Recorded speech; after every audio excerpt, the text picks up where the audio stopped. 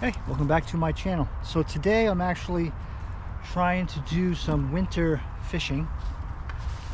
I am actually at this place called Terry Brook Pond, and I am going to look for deep water with my Garmin Striker cast. I am actually seeing some bait fish on the surface. Hopefully it's good.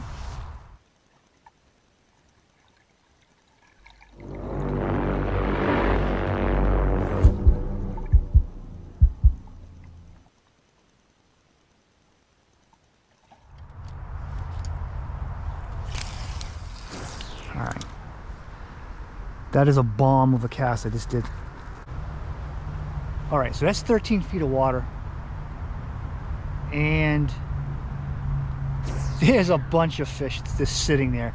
They're all suspended.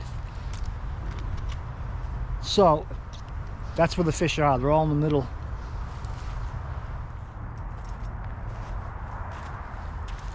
So the first thing I'm going to try is a Ned rig, see what happens with that. I am throwing this on a medium light fast action rod. This is actually 7'4" and 20-pound test braid. I have it tied off to a swivel and then 20-pound monofilament line with a 2/0 wide gap hook. And I also did put a weight on this because I wanted to go down to the bottom. I do have another rod that does not have a weight on it, and I pegged the weight. I actually took a toothpick and stuck it in the hole and broke it off, and that's what holds the weight in place. So let's see how I do.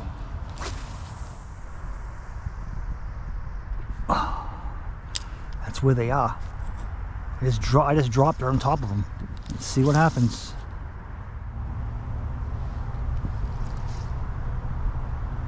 Trying to keep it slow, slow.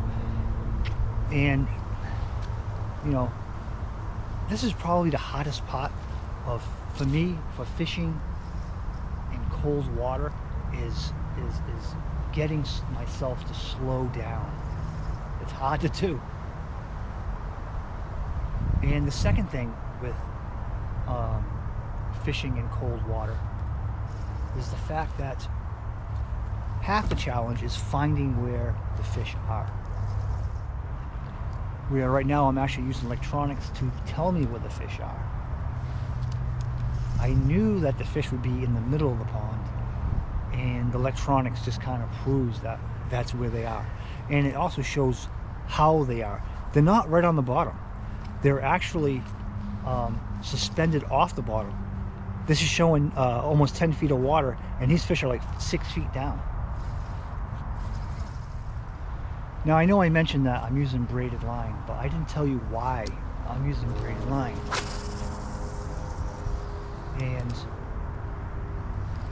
the reason for the braided line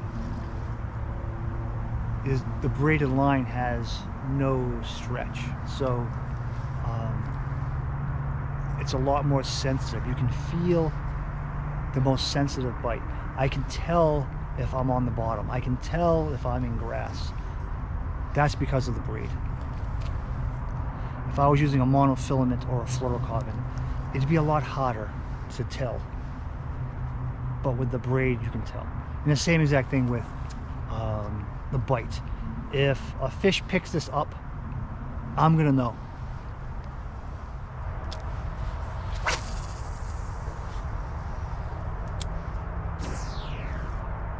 So I'm still throwing around this Senko.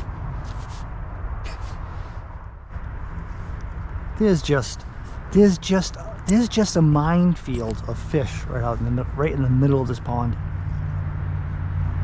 There's a minefield of them.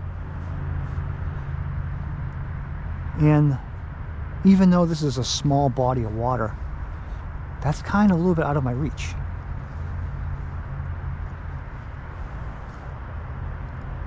But that's where they are. And you might want to say, well, how many fish are in this pond? That many. It's a parade.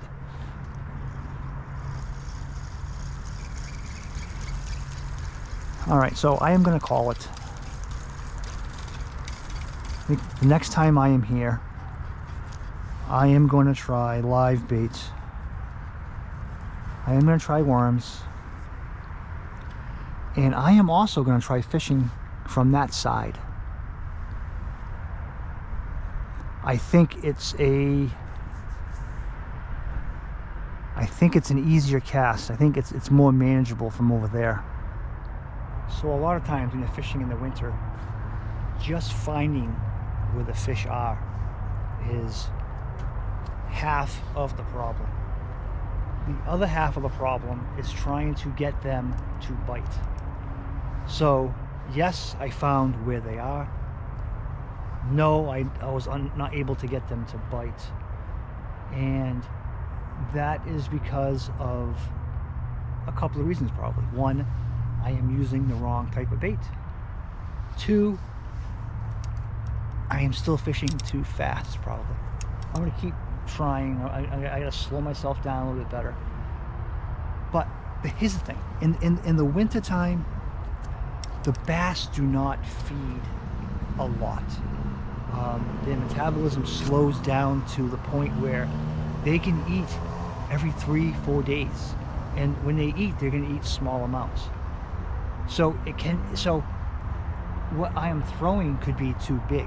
What I am throwing doesn't look like what they're naturally feeding on. So right now, I would imagine that they are feeding on smaller sunfish, smaller bait fish that I can see that are in the water. So I need to come back here with some type of a fluke of some sort, something that looks like a wounded fish, or maybe even worms. Maybe I just want to catch some of these bait fish and then use the actual bait fish as bait.